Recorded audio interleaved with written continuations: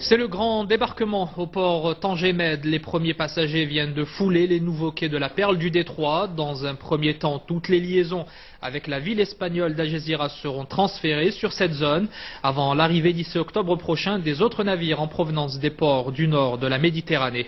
Reportage Ilham Barrada et Mohamed Ammour. Il n'y a pas encore foule au port Tanger-Med et pour cause, ce n'est pas tout à fait la haute saison.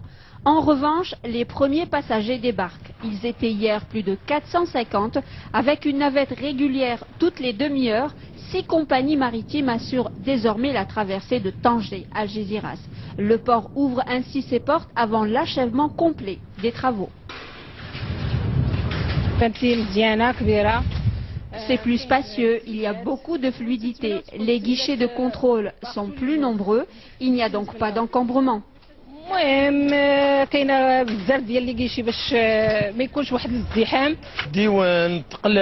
Que ce soit au niveau de la douane ou de la police, le changement est remarquable, notamment en termes de comportement. C'est très réconfortant.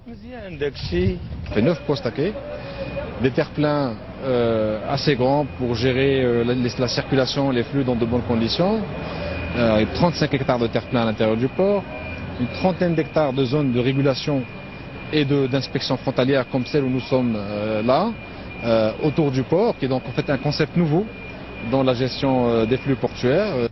Un concept nouveau qu'il a fallu rôder du 13 au 17 mai. Les postes d'accostage sont aujourd'hui prêts à accueillir jusqu'à 50 000 passagers par jour, des chiffres encourageants à la veille du lancement de l'opération Transit 2010, fixée cette année au 7 juin prochain.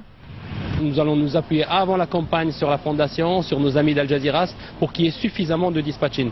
Mais un passager qui arrive là et qui n'aurait pas pris connaissance de ces prospectus, ça pose pas de problème, parce que nous avons beaucoup d'agents d'aiguillage. Pendant la campagne, on va pratiquement les multiplier par 4. Rien n'est laissé au hasard au port Tanger-Med passagers, dont les travaux devraient s'achever dans moins de 2 mois. Le nécessaire déménagement aura coûté près de 3 milliards de dirhams, entièrement financé par les banques marocaines.